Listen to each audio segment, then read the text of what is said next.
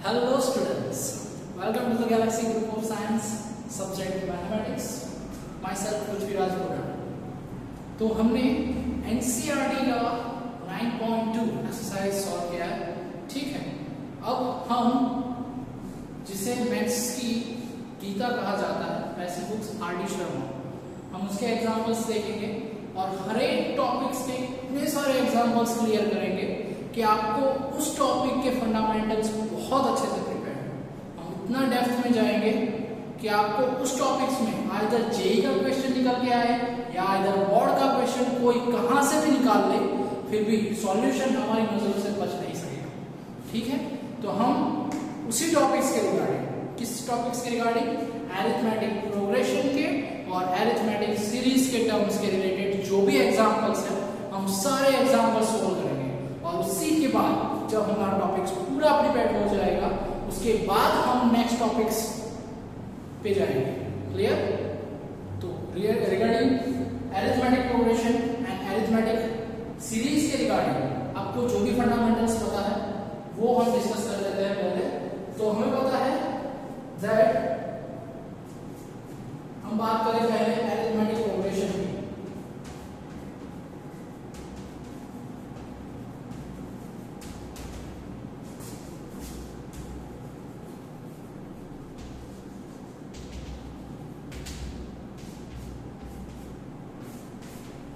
पहले फंडामेंटल्स देख लेते हैं। तो हमें पता है कि अरिथमेटिक प्रोग्रेशन मींस व्हाट, कि एक टर्म्स के अंदर एक कॉमन डिफरेंस कंटीन्यूअसली अगर ऐड होता रहेगा तो वो जो सीक्वेंस हमें मिलेगी, वो जो प्रोग्रेशन हमें मिलेगी, हम उसे कहेंगे अरिथमेटिक प्रोग्रेशन, ठीक है। और उस टर्म्स का जनरल इक्वेशन जो है वो है an, जिसे हम कहते हैं a plus n minus 1 into d, right, where a is first term, d is its common difference, and n means nth term, ठीक है। सो ये आपका अरिथमेटिक प्रोग्रेशन होगा, ठीक है। जनरल स्टेप और general step an is equal to ये equation है हमारे पास, ठीक है। वेयर अगर बात करें सीरीज की, अरिथमेटिक सीरीज की बात की जाए और उसमें एक कॉमन डिफरेंस ये भी था, एक इक्वेशन ये भी था कि अगर आपके पास किसी अरिथमेटिक प्रोग्रेशन के दो स्टेप, सपोज an और an अगर आपको पता है तो उसके ऊपर से आपको अगर डिफरेंस का फॉर्मूला निकालना है d, तो इसके लिए क्या इक्वेशन था आपका, that am minus an upon m minus n, ये आपके पास फॉर्मूला है, ठीक है। उसी के रिगार्डिंग अगर आपको अरिथमेटिक सीरीज के बारे में बात करनी है तो अरिथमेटिक सीरीज के बारे में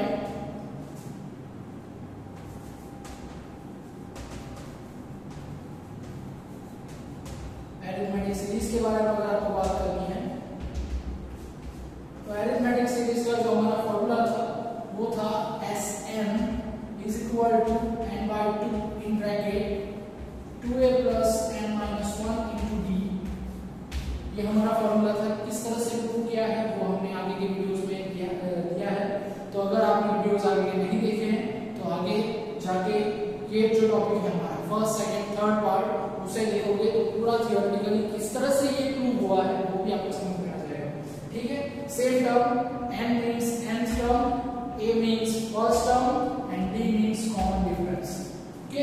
इसका एक और इक्वेशन था कि अगर आपको लास्ट टर्म डायरेक्ट पता है तो आप n by 2 इन ब्रैकेट, वो भी मैंने एग्जांपल के फर्स्ट वीडियोस में आपको दिखाया था कि उसका वीडियो कैसे इक्वेशन प्रूव होगा, a plus an, कि अगर आप इसे अलग करोगे तो यहाँ पे 2a जो है उसे आप a plus a लिख सकते हो और बाकी का जो इक्वेशन बचता है वो an का इक्वेशन होगा, तो it is a plus an। तो उसका दूसरा इक्वेशन ये भी था आपके पास, ठीक है, that n by 2 into a plus an।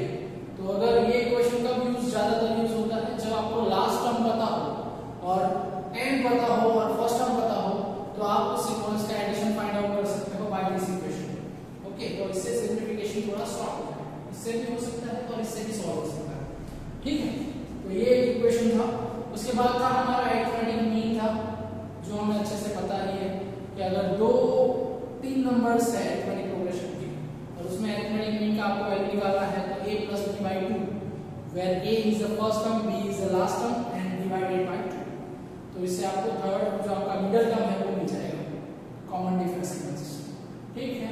उसी तरह से मोर देन 2 अगर आपके अरिथमेटिक मीन है तो इसके लिए इक्वेशन था a + d, a + 2d, a + 3d, same as उसका जो जनरल इक्वेशन था an का वो हमारे इस टर्म में था अरिथमेटिक मीन के लिए an = a + n × d। Arithmetic capital A का इक्वेशन ये होता है और स्मॉल a जो हम जनरल कहते हैं। तो ये सारे कॉन्सेप्ट जो है वो अरिथमेटिक प्रोग्रेशन और अरिथमेटिक सीरीज के लिए है। और उसी के रिगार्डिंग हमें जो फाइंड आउट करने हैं एग्जांपल्स अरिथमेटिक, हमारे आर.डी. शर्मा के जो एग्जांपल्स है उसका फोटोग्राफ्स मैं आपको भेजूंगा ताकि आप वैल्यूज वहां से पढ़ सके। मैं डायरेक्ट सॉल्यूशन पे जाऊंगा, ठीक है। तो जो भी एग्जांपल है उसके एग्जांपल के नंबर के साथ मैं आपको सारी वैल्यूज फोटोज के टर्म्स में आपको सेंड करूंगा, ठीक है। तो वैल्यूज में यहाँ पे टाइम वेस्ट नहीं करूंगा वीडियोस में, ताकि हम ज्यादा से ज्यादा एग्जांपल सॉल्व कर सकें, ठीक है। तो मैं डायरेक्ट सॉल्यूशन के ऊपर जाऊंगा और आपको जो है वो वैल्यूज जो है उसकी पीडीएफ में आपको सेंड करूंगा, clear, okay. Then R D. Sharma बहुत अच्छी बुक है, अगर आप परचेज भी करना चाहते हो तो कर लीजिए। It's value of money, right. Direct example आपको 5 हो जाएंगे। The nth term of sequence is 3n - 2। Example आपको 5 जो है इसका है the nth term of sequence, मतलब a = 3n - 2 is the sequence an arithmetic progression। arithmetic progression है कि नहीं ये को चेक करना है आपको। if so find the 10th term, अगर है तो आपको 10th term फाइंड आउट करना है, ठीक है। तो इस तरह से एग्जांपल है, इसका जनरल स्टेप जो है वो n टर्म्स, ओके। चलो, so it's very easy example. पहले आपको चेक करना है कि ये अरिथमेटिक प्रोग्रेशन है या नहीं है। तो अरिथमेटिक प्रोग्रेशन हम किसे कहते हैं कि अगर आप कंसेक्यूटिव स्टेप्स ऐड करते जाओ तो उन सभी कंसेक्यूटिव स्टेप्स के बीच का जो डिफरेंस रहेगा वो कैसा होना चाहिए, आपका सेम होना चाहिए, ठीक है। तो इसकी वजह से मैं सॉल्यूशन की वजह से देखना यहां पे देना है solution.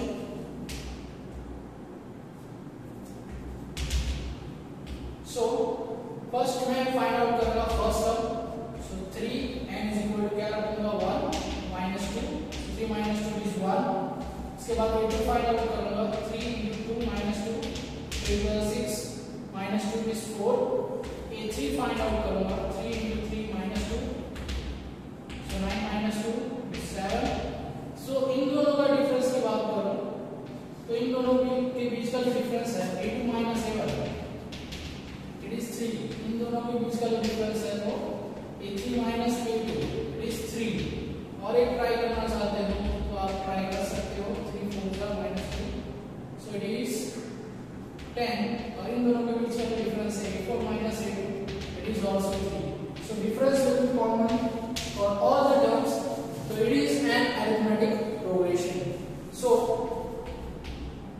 d is common for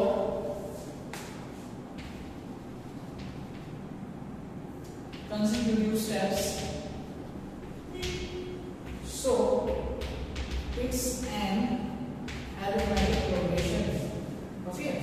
now अगर arithmetic progression है तो आपको a10 फाइंड आउट करना है, ठीक है। so a10 means a + n - 1 × d, right. चलो, सो ये हमारा फर्स्ट टर्म क्या होगा, इट इज 1, n क्या है 10 एंड d क्या है हमारा 3। So put out the value that 1 + n - 1 × 3, so 1 + 10 - 1 9 9 3 is 27, so it is answer is 28। Clear. तो इस तरह से आपको बहुत इजी समझा। नेक्स्ट सम देखते हैं। Clear? Which term of the sequence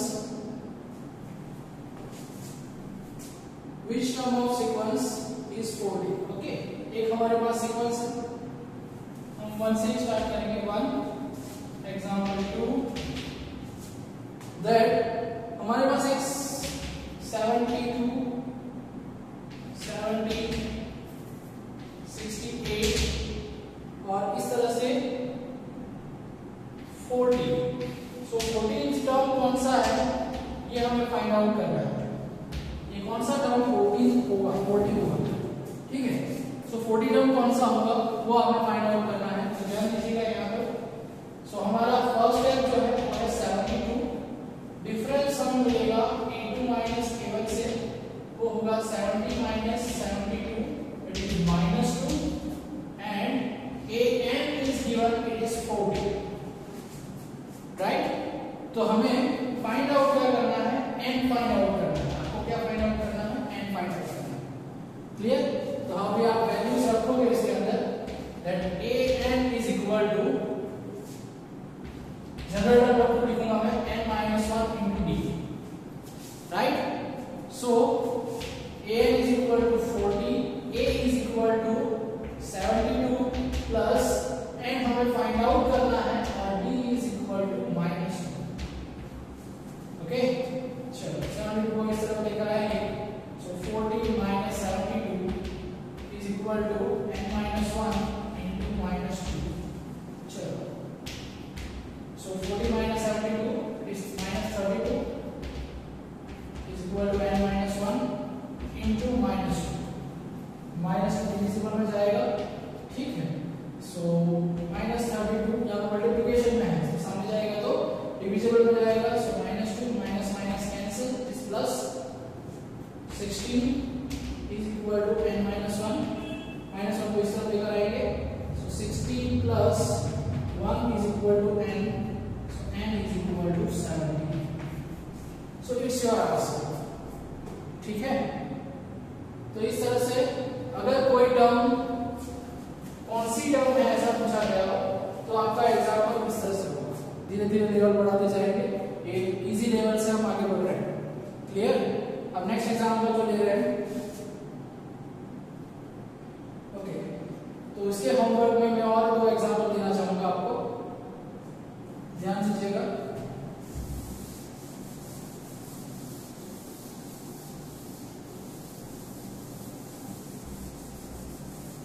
so example 2 के जैसे ही 2 एग्जाम्पल और दूंगा। Example 3 and 4, which term of the sequence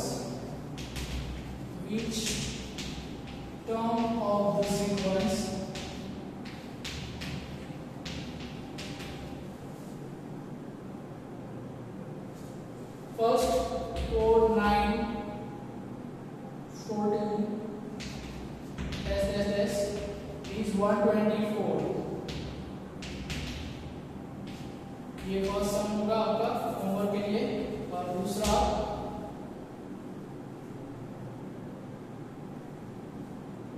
3 6 9 12 is 1 1 1। तो ये एग्जाम्पल आपको सॉल्व करना है। 2 एग्जाम्पल सेम एग्जाम्पल पैटर्न से ही सॉल्व करना है आपको, ठीक है। अब नेक्स्ट एग्जाम्पल की बात करते हैं। ये दोनों आपके लिए होमवर्क के लिए, ठीक है। नेक्स्ट एग्जाम्पल, टाइम ज्यादा वेस्ट ना करते हुए धीरे धीरे हम अपना लेवल बढ़ाते जाएंगे ताकि मैक्सिमम एग्जाम्पल हम सॉल्व कर सके, ठीक है। ये एग्जाम्पल्स की वैल्यू आप लिख लेना और पीडीएफ में भी मैं सेंड करूंगा आपको ये फॉर्मेट, तो आपको वो भी सॉल्व करना है, ठीक है। चलो नेक्स्ट एग्जाम्पल,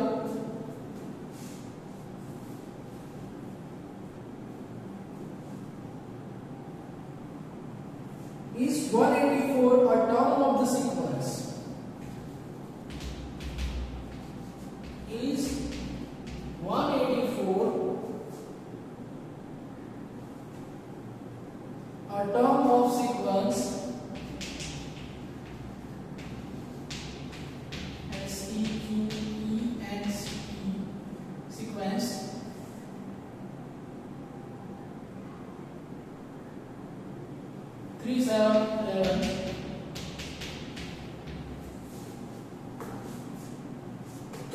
ये जो एग्जाम्पल है वो किस तरह का एग्जाम्पल है, देखना यहाँ पर कि ये जो सीक्वेंस है इसमें कोई टर्म 184 टर्म आएगी या नहीं आएगी।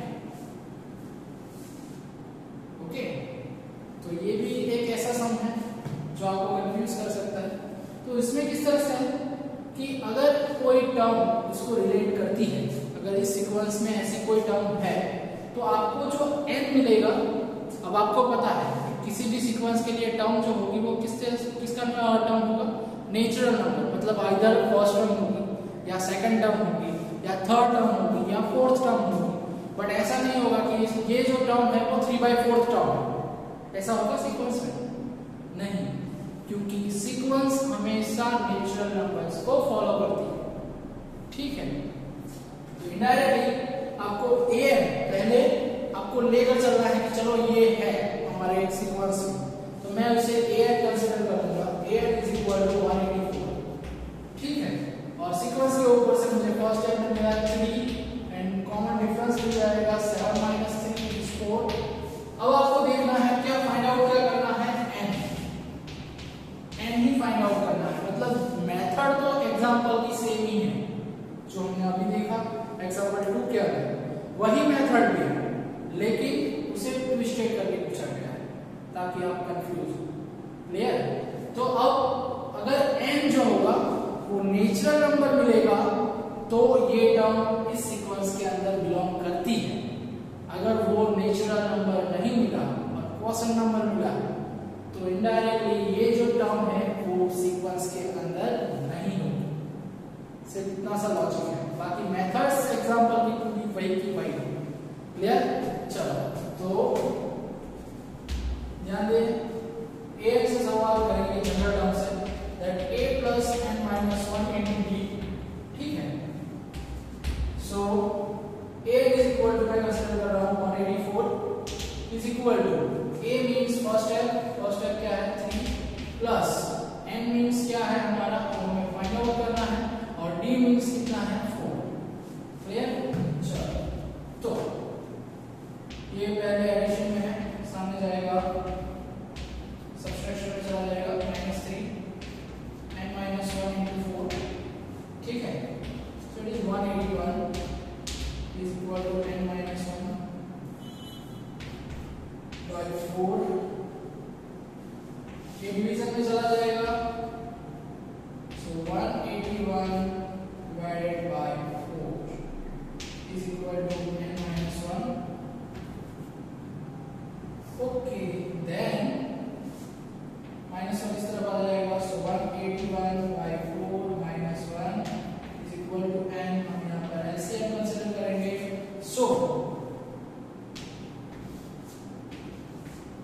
4 माइनस और होगा, सो 177/4 is equal to your n। It does not belongs to capital N, natural numbers नहीं है, तो directly you can say that 184 is not term of sequence 3, 7, 11। तो इस जो हमें सीक्वेंस दी गई है उस सीक्वेंस के अंदर ये टर्म्स नहीं है, 184 नहीं होगा। क्यों? क्योंकि उसका जो n मिला हमें वो नेचुरल नंबर नहीं मिला, दैट्स व्हाई। तो ऐसे ट्विस्टेड करके भी आपको सम दिए जाएंगे, बट आपको समझना है कि हमें फाइंड आउट, पहले तो आप कोई भी एग्जांपल सॉल्व करने की मेथड क्या होती है कि पहले आप अपने माइंड में वो सम क्लियर कीजिए। बहुत सारे बच्चों की आदत होती है कि अगर आपको वैल्यू दी जाए तो आप तुरंत स्टार्ट कर देंगे काउंट करने के लिए। ठीक है, बट ऐसे नहीं होता है मैथ्स के अंदर। पहले अपने माइंड में, जैसे आपको कहीं जाना है, ठीक है, तो आप पहले क्या डिसाइड करते हो, डेस्टिनेशन, कि मुझे यहाँ पे पहुंचना है। ठीक है, जैसे मैंने यहाँ पे वैल्यू देखी कि हाँ मुझे टर्म है कि नहीं वो प्रूव करना है, तो इनडायरेक्टली मुझे क्या करना पड़ेगा, मेरे पास क्या क्या टर्म है, तो मुझे पता है कि नेचुरल नंबर सीक्वेंस जो होगी वो नेचुरल नंबर फॉलो करती है, तो इनडायरेक्टली मुझे n फाइंड आउट करना है। अगर n नेचुरल नंबर मिलता है तो वो होगा,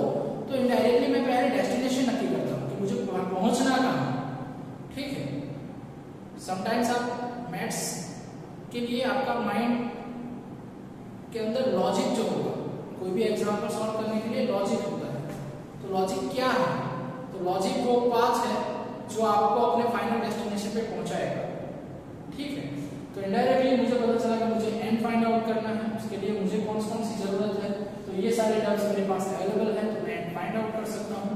तो इस तरह से आपको पहले डेस्टिनेशन डिसाइड करना है कि मुझे ये फाइंड आउट करना है, और उसके बाद पाथ चूज करना है कि एक ही एग्जाम्पल जरूरी नहीं है इसी मेथड से, बहुत सारी अलग अलग मेथड्स हैं, जैसे हम शॉर्ट ट्रिक्स कहते हैं, जिसे हम लॉजिक कहते हैं।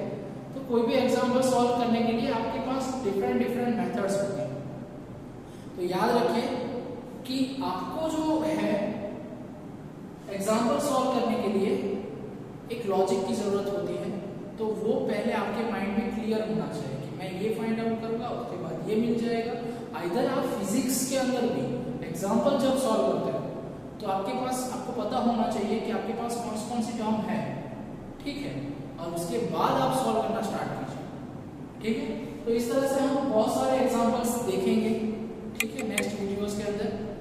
और टाइम लिमिटेशन है, बट अगला वीडियोस 50 मिनट से ऊपर होगा, क्योंकि मुझे पूरे आरडी के सारे सम्स, ऐसे सम्स जो धीरे धीरे लेवल अपना बढ़ेगा, अभी तो बहुत बेसिक लेवल से हमने स्टार्ट किया है, तो धीरे धीरे एग्जाम्पल्स का लेवल भी बढ़ेगा। लेकिन जब तक आपके माइंड में वो टॉपिक क्लियर नहीं होगा, हम नेक्स्ट टॉपिक में नहीं जाएंगे, दैट आई प्रॉमिस।